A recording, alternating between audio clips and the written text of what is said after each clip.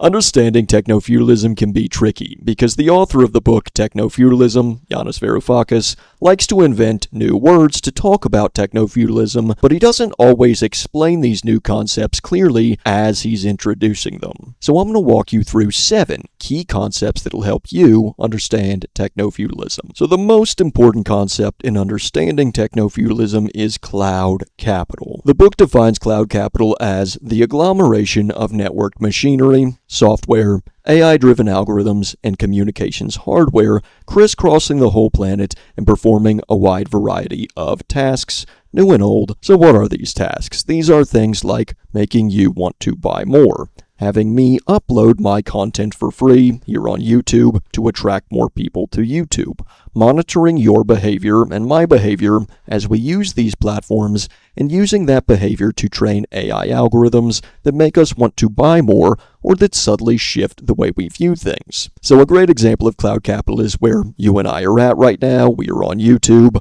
I am uploading my content for free, at least on this channel, and this content is used by YouTube to get you to spend more time on the platform. Your viewing of this particular video was decided by an algorithm that thought you might like it, or an algorithm that's testing it out on a wide audience to gather data, and it would recommend other things that you also like in order to keep you on the platform longer and commodify more of your attention. Now, the people who own cloud capital, people like Zuckerberg or the owners of Google, and the large shareholders in these corporations, we call them cloud capitalists, and he does take the phrase cloud capitalists and shorten it in the book to the new word Cloudalists. And according to the book, these Cloudalists are the most powerful and top role in the new economic system of technofeudalism. Now, what is my role in all this? I am a cloud serf. Here's the definition of cloud serf in yellow. A cloud serf is a person unattached to any corporation, a non-worker,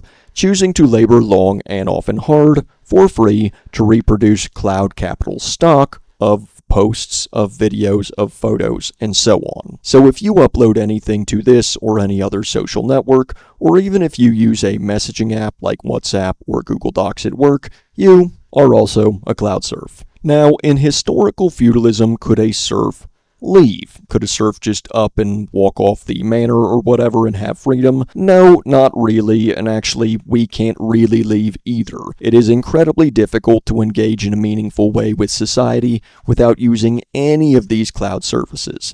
Now, you can get off social media, but are you also going to get off Amazon? Are you also going to get off any other large online retailer?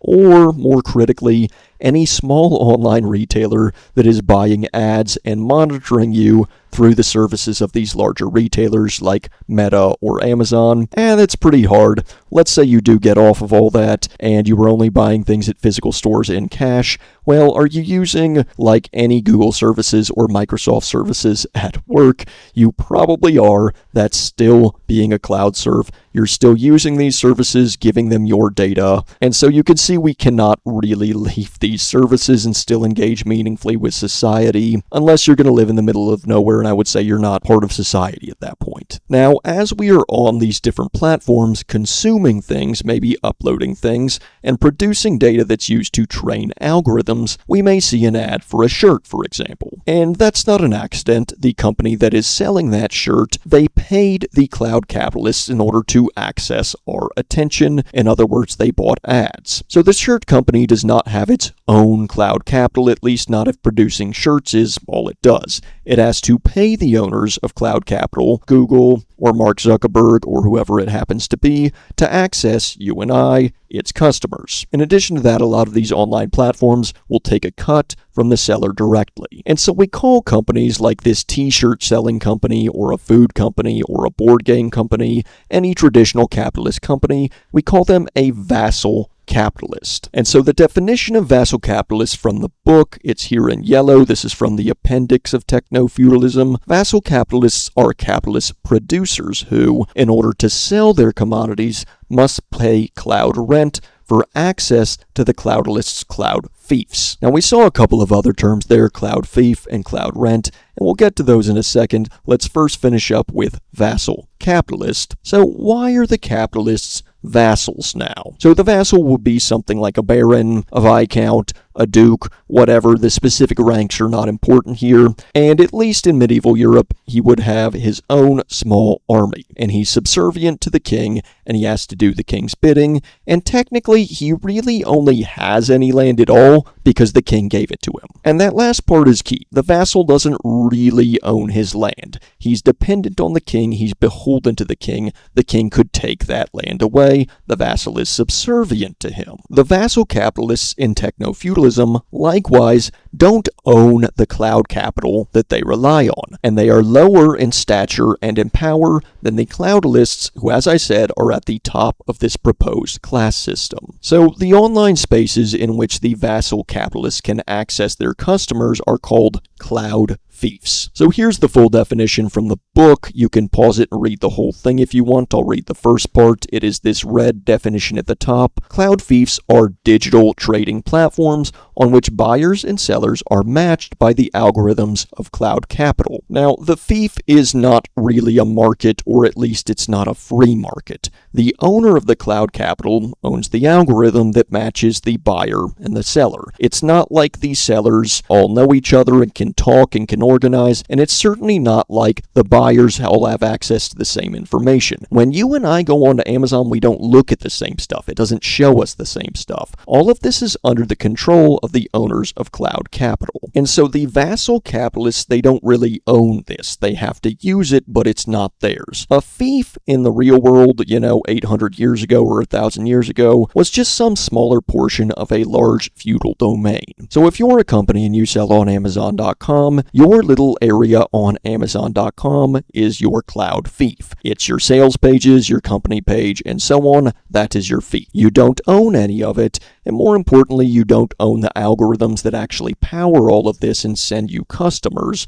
You have no real rights on it. Amazon can decide you didn't follow the rules and kick you off with no justification if they want to, and that has happened. Amazon is the king, or I guess you could say Jeff Bezos is the king. They have all the rights. You're not Amazon, you're not Jeff Bezos. Now, this description is very much conceptualized in terms of B2C, business to customer, thinking about it from the normal user's point of view of just buying a coffee mug or what have you from Amazon. Now, in terms of a large company using something like Microsoft Office to manage all its documents and employees, he doesn't go into detail about how exactly the technofeudalism would apply in that situation, but it does make sense. I mean, the company would just be some other type of vassal capitalist that's reliant on these cloud capitalists to do their business. Now, the money the vassal capitalists have to pay to the platforms, to their cloudalist overlords in order to connect with customers and do any business at all, that money they have to pay to use these spaces is called cloud rent. Cloud rent is this blue definition at the bottom. Cloud rent is the payment cloudalists extract from the vassal capitalists for access to the cloud fiefs. And the cloud rent matters because it's probably the most core part, or certainly one of the most core parts, of how the author of the Technofeudalism book defines technofeudalism itself. Just as the tenants in feudalism had to pay money to their liege lord to farm his land, the vassal capitalists have to pay money to the cloudalists to use their online spaces, the cloud fiefs. Another defining feature of technofeudalism is that it is built, at least in part,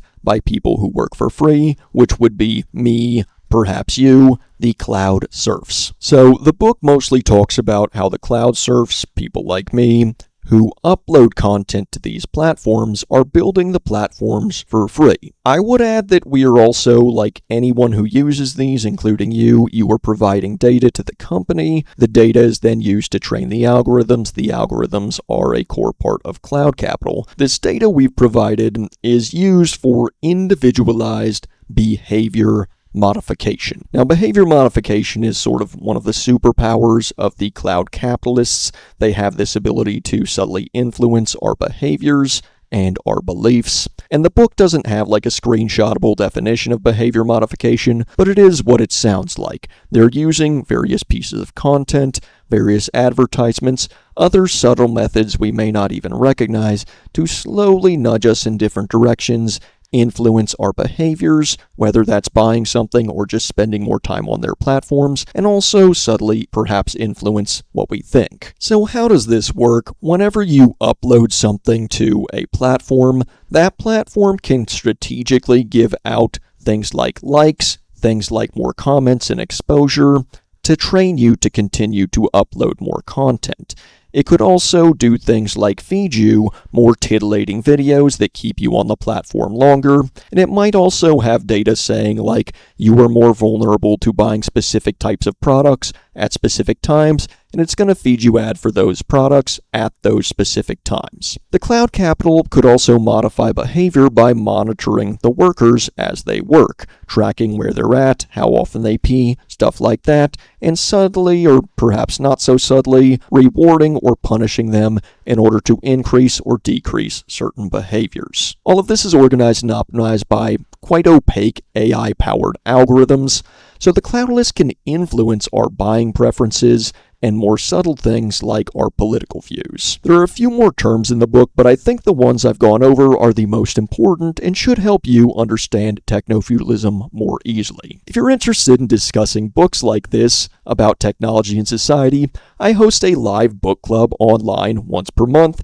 Check the link in the description, at least at the time of publishing this video. It's free, and thank you.